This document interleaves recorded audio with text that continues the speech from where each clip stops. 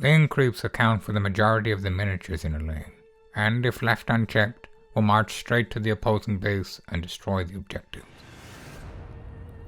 All lane creeps on a single space on the board, known as a field, are considered to be part of the same wave.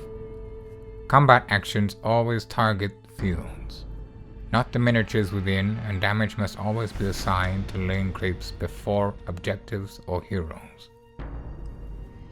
Players have a large pool of lane creeps to spawn, which are categorized into two general groups, regular and specialized. Regular lane creeps are just as they sound, basic and possessing no inherent bonuses.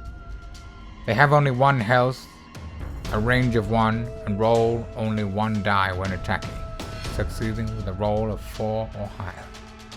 There are 3 types of specialized lane creeps: protectors, skirmishers, and runners.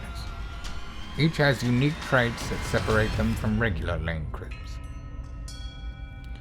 Protectors have 2 health instead of 1, and can only be killed if they take 2 damage in a single attack. Protectors must also be slain before any other miniature on a field. Skirmishers roll 1 additional die when their wave attacks, and must be targeted last among lane creeps.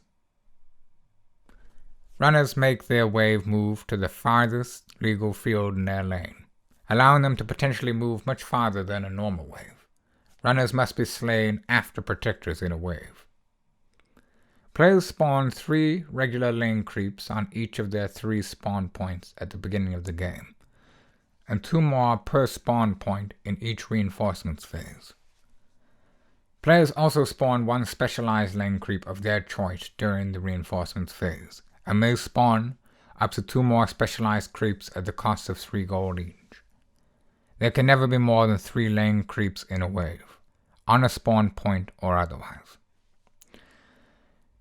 During the aggression phase, players will move their lane creeps closer to their opponent's base. Players activate each creep wave in a lane, 1 at a time, beginning with the wave farthest from their spawn point. Creep waves may move up to 2 fields when activated, but they will stop moving once they are adjacent to an opposing miniature or objective. If a creep wave begins their activation adjacent to an opposing miniature or objective, they may not move at all. If a creep wave's movement would allow them to enter an allied wave's field, some of the lane creeps may move to that field if there is space available. This is called merging, and the only limitations are the incoming wave's available movement and the 3 lane creeps per wave rule. Multiple merges may occur in a single lane as the front lines are shored up with fresh troops. The aggression phase ends with lane creeps attacking, each wave in a lane resolved in the same way movement is. If a wave is adjacent to an opposing miniature or objective, they roll all their dice, 1 for each lane creep plus an additional die for each skirmisher. Each roll greater than 3 is a strike, and represents 1 damage to be applied to the opposing miniatures and objectives in that field.